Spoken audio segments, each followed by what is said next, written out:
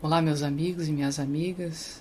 É com gratidão e carinho que nos dirigimos a todos, convidando-os mais uma vez a elevar o pensamento ao nosso Pai, pedindo que nos traga nesses instantes em que aqui estivermos juntos os bálsamos consoladores, a paz de que necessitamos, a força e a coragem para superar os desafios e que possamos identificar na fraternidade, no auxílio mútuo, as ferramentas de trabalho para alcançar a paz e a felicidade que tanto almejamos.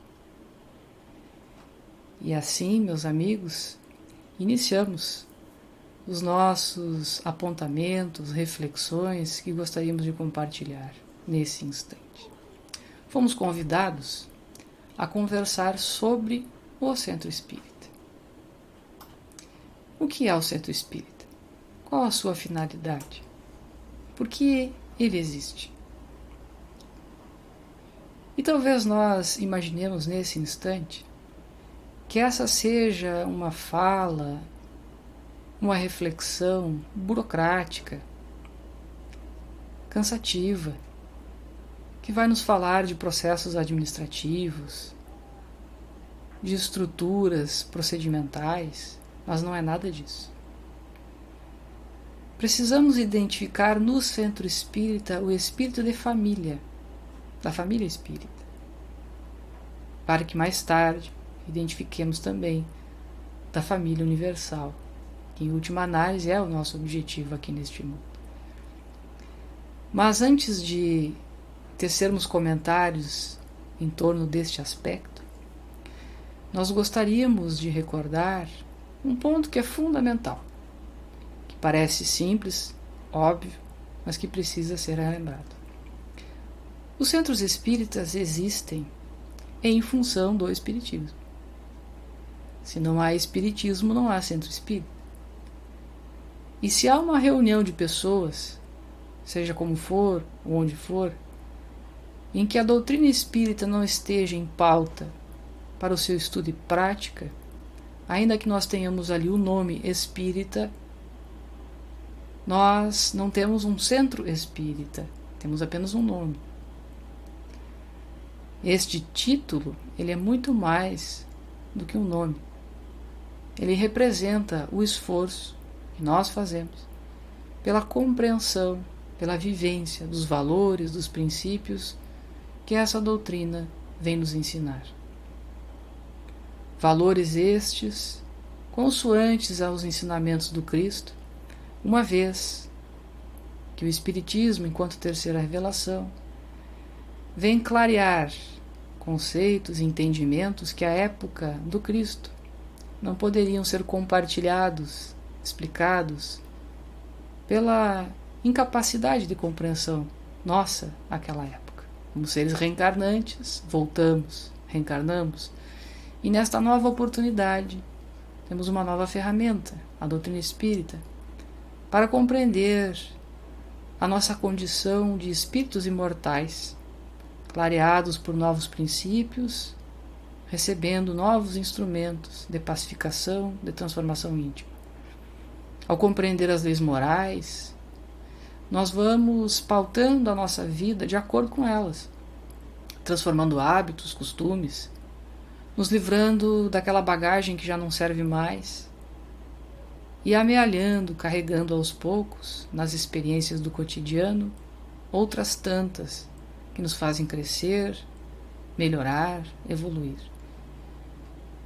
Então o centro espírita, ele existe em função do espiritismo. Esta reunião de pessoas que tem por objetivo o estudo e a prática dessa doutrina.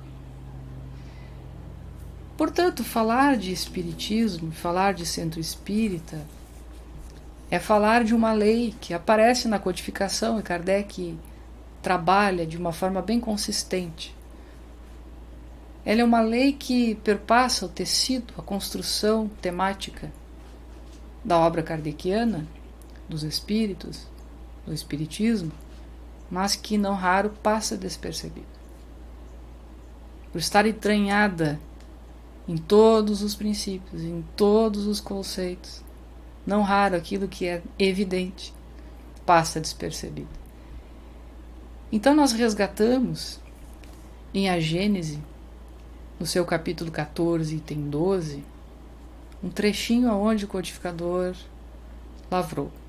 Assim, tudo no universo se liga, tudo se encadeia, tudo se acha submetido à grande e harmoniosa lei de unidade, desde a mais compacta materialidade até a mais pura espiritualidade. Tudo se liga. Se tudo se liga, se tudo está ligado de alguma forma, as divisões, as separações são criações nossas. São convenções que nós construímos. Quando nós nos damos conta disso, se esta é uma lei, nós aprendemos com a doutrina espírita que a lei divina ou natural, é uma lei que, se observada, nos traz felicidade. Se desrespeitada, nos traz sofrimento. Então nós já sabemos que a lei de unidade precisa ser respeitada, vivenciada. E como nós vivenciamos uma lei que nos diz que tudo está ligado com tudo? Derrubando essas divisórias, derrubando essas separações, essas barreiras que nós mesmos construímos. Guardemos este ponto, porque ele é fundamental. A doutrina espírita nos convida à união, nos convida à reunião, a estarmos juntos. Porque, ainda que o quiséssemos o contrário, estarmos separados, apartados, independentes uns dos outros, isso não seria possível. E todo o movimento que nós nos fazemos de afastamento, de distanciamento, de ruptura, de cisão, de discórdia, são movimentos que nos trazem sofrimento.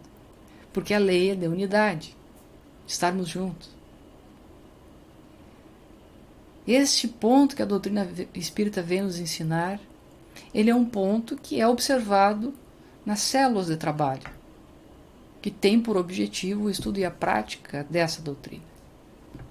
Então, os centros espíritas, eles podem ser vistos como um laboratório, onde nós experimentamos, construímos esta união entre aqueles que se colocam sob a sua tutela, sob a sua bandeira, sob o seu estandarte. Uma vez que nos reunimos num centro espírita, temos por objetivo não só a união daqueles que ali estão, daqueles que comungam nos mesmos princípios e valores, mas a união da humanidade. E adiante nós identificamos a condição necessária para que essa união se dê. Kardec, em Obras Póstumas, vai nos dizer, no capítulo 8, que trata do programa de crenças, na sua segunda parte da Constituição do Espiritismo, ele diz o seguinte: a condição absoluta de vitalidade para toda reunião ou associação, leia-se, o Centro Espírita, seja qual for seu objetivo, é a homogeneidade, isto é, unidade de vistas, de princípios e de sentimentos. A tendência para um mesmo fim determinado, em suma, a comunhão de pensamentos. A condição absoluta de vitalidade. O que é a vitalidade? A vida. A condição de vida para um centro espírita. A condição de existir. Para existir de um centro espírita, a sua condição de vida, de vitalidade, é a homogeneidade. E a gente pode pensar assim, quer dizer que todo mundo tem que pensar igual, pensar do mesmo jeito, se vestir da mesma forma, ter os mesmos trejeitos, o mesmo penteado? Não, não é nada disso. Homogeneidade, e aí vem a explicação. Unidade de vistas, de princípios e de sentimentos. Unidade de vistas, para onde estamos olhando? Qual é a meta? Qual o objetivo? a união, a fraternidade. Este é o mesmo objetivo para todos que fazem parte daquele centro espírita? Se sim, nós temos um elemento de homogeneidade. Se não, nós temos um elemento heterogêneo. Uns querem a união, outros querem a separação, e isso não é bom. O outro aspecto dos princípios. Vejam, se o centro espírita existe em função do espiritismo, os princípios de que fala Kardec são os princípios da doutrina espírita. Da imortalidade da alma, da reencarnação, de Deus, da pluralidade das existências e dos mundos habitados, das leis morais e de tantas leis que nós identificamos no estudo desta doutrina.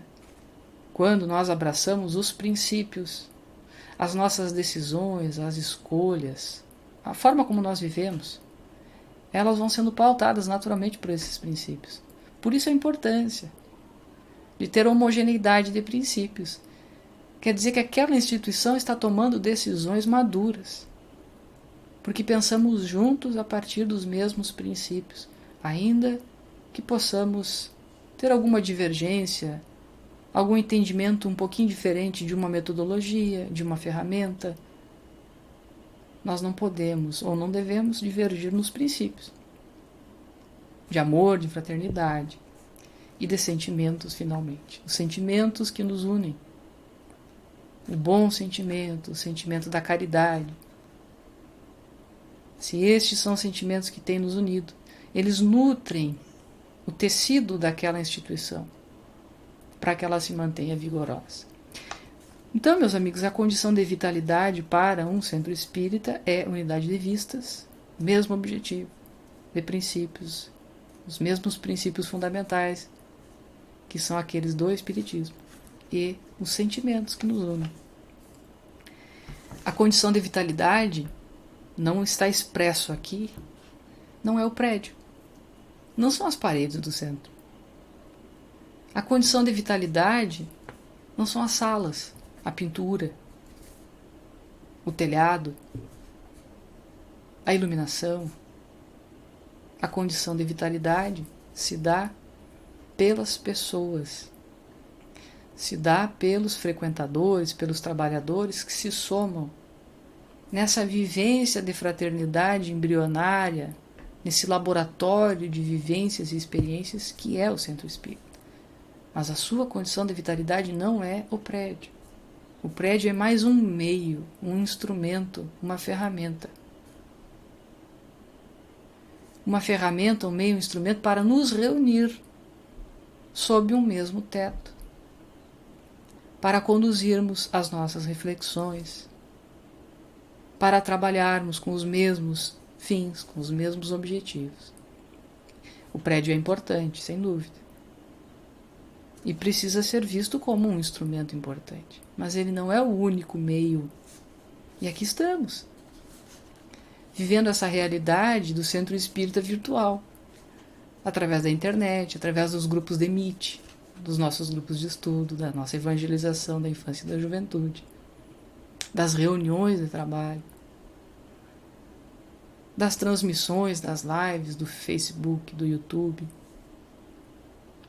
Esses são instrumentos que nos conectam para manter a unidade de vistas, princípios e sentimentos que caracterizam a vitalidade da instituição. O que caracteriza a vitalidade desta instituição são esses pontos. Ainda que estejamos distanciados socialmente, distanciados, cada um no seu lar, cada um na sua casa, esses princípios nos unem e são eles a condição de vitalidade. O Centro Espírita, meus amigos, como nós encontramos no opúsculo Orientação Centro Espírita, recentemente aprovado pelo Conselho Federativo Nacional da nossa Federação Espírita Brasileira, ainda este ano, o nosso Conselho Federativo, com representação dos centros espíritas de todo o país, através das suas federativas, organizou esse documento que traz reflexões importantes sobre o que é um centro espírita. No seu item 1.2, nós encontramos as seguintes definições. São núcleos de estudo, de fraternidade, de oração e de trabalho, praticados dentro dos princípios espíritas. São escolas de formação espiritual e moral que trabalham à luz da doutrina espírita. São postos de atendimento fraternal que todos os que buscam, com o propósito de obter orientação, esclarecimento, ajuda ou consolação. São oficinas de trabalho que proporcionam aos seus frequentadores oportunidades de exercitarem o próprio aprimoramento íntimo pela prática do Evangelho em suas atividades. São casas onde as crianças, os jovens, os adultos e os idosos têm oportunidade de conviver, estudar e trabalhar, unindo a família sob a orientação do Espiritismo. São recantos de paz construtiva que oferecem aos seus frequentadores oportunidades para o refazimento espiritual e a união fraternal pela prática do amai-vos uns aos outros. São núcleos que se caracterizam pela simplicidade própria das primeiras casas do cristianismo nascente, pela prática da caridade e pela total ausência de imagens, símbolos, rituais e outras quaisquer manifestações exteriores. E aí nós poderíamos nos perguntar, mas aqui não fala do centro espírita desta realidade virtual. Temos um capítulo inteiro dentro deste opúsculo falando só sobre isso. Do centro espírita, do ponto de vista da internet, das nossas atividades virtuais. Então ele não é o prédio, ele é uma condição de convívio, de trabalho, pautada pela doutrina espírita. E finalmente, são as unidades fundamentais do movimento espírita. Centro espírita só existe se existir movimento espírita também. Porque às vezes a gente acha que uma coisa não tem relação com a outra. O que é o movimento espírita? A união dos centros espíritas. Por que ela é fundamental para a existência dos centros espíritas? Vejamos, se nós estamos dentro do centro espírita, vivendo uma realidade de fraternidade, de unidade de vistas, de princípios e de sentimentos, que são um embrião, laboratório, para que mais tarde a gente consiga vivenciar isso no mundo, como que nós vamos conectar os nossos esforços mundo afora? Como nós podemos fazer isso? A forma mais rápida e simples de fazermos isso é somando esforços com aqueles que já guardam unidade de vistas, princípios e sentimentos conosco, os outros centros espíritas. Quando nos afastamos um centro do outro, nós não estamos vivenciando aquilo que é o objetivo da doutrina espírita. Ou seja, não estamos vivenciando o espiritismo. Então a união, o movimento espírita, a união e a unificação, não a uniformização, estarmos juntos, fazermos parte de uma mesma família, é condição para a existência do centro espírita. Porque quando o centro espírita se afasta, quando ele vive isolado dos demais, ele não experimenta aquilo que ele mesmo orienta. E como o centro espírita não é um ente abstrato, são os próprios trabalhadores, os próprios frequentadores, essa união de esforços precisa ser uma pauta constante em nossas vidas. E aos poucos, nós vamos expandindo a nossa rede de atuação para além dos centros espíritas na sociedade, nessa influenciação salutar sobre a sociedade, nessa quarta fase da propagação do espiritismo que Kardec, a seu tempo, preconizava. Já nos adiantava que iria acontecer e nós percebemos que está acontecendo. Então, meus amigos, um centro espírita é tudo isso. Ele tem por objetivo buscar a compreensão. As pessoas que buscam o centro espírita, buscam a compreensão e o amparo para os seus problemas espirituais e materiais, desejam conhecer e estudar a doutrina espírita, querem trabalhar, colaborar e servir em qualquer área de ação que a prática espírita ofereça, e estão em estado, muitas vezes, de vulnerabilidade social, de saúde física e ou emocional. É a dor que nos visita e nós buscamos o amparo, o auxílio que estas instituições, que essa doutrina nos oferece. E aí nós temos muitas atividades que os centros espíritas nos oferecem. As palestras, os grupos de estudo, a evangelização, o atendimento fraterno, presencial ou virtual. Meus amigos, não nos apeguemos à condição, ao meio. O meio é apenas o meio. se virtual ou físico, é apenas um meio. Há de vir ainda a tecnologia que nos permita os encontros em realidade virtual, em que nós vamos nos imaginar num grande salão, vamos nos imaginar, não, nós vamos visualizar, vamos colocar o nosso óculos de realidade virtual e nós vamos estar sentado ao lado de alguém que a gente vai poder olhar, cumprimentar, conversar, sem sair de casa. Isso vai acontecer. É só uma questão de tempo. A tecnologia para isso já existe. Não na escala para chegar em cada um dos nossos lares, mas com o tempo chegaremos lá. E aí nós teremos múltiplas realidades: o centro espírita físico, presencial, o centro espírita virtual, o centro espírita da realidade virtual. E qual é o centro espírita que vale? Todos.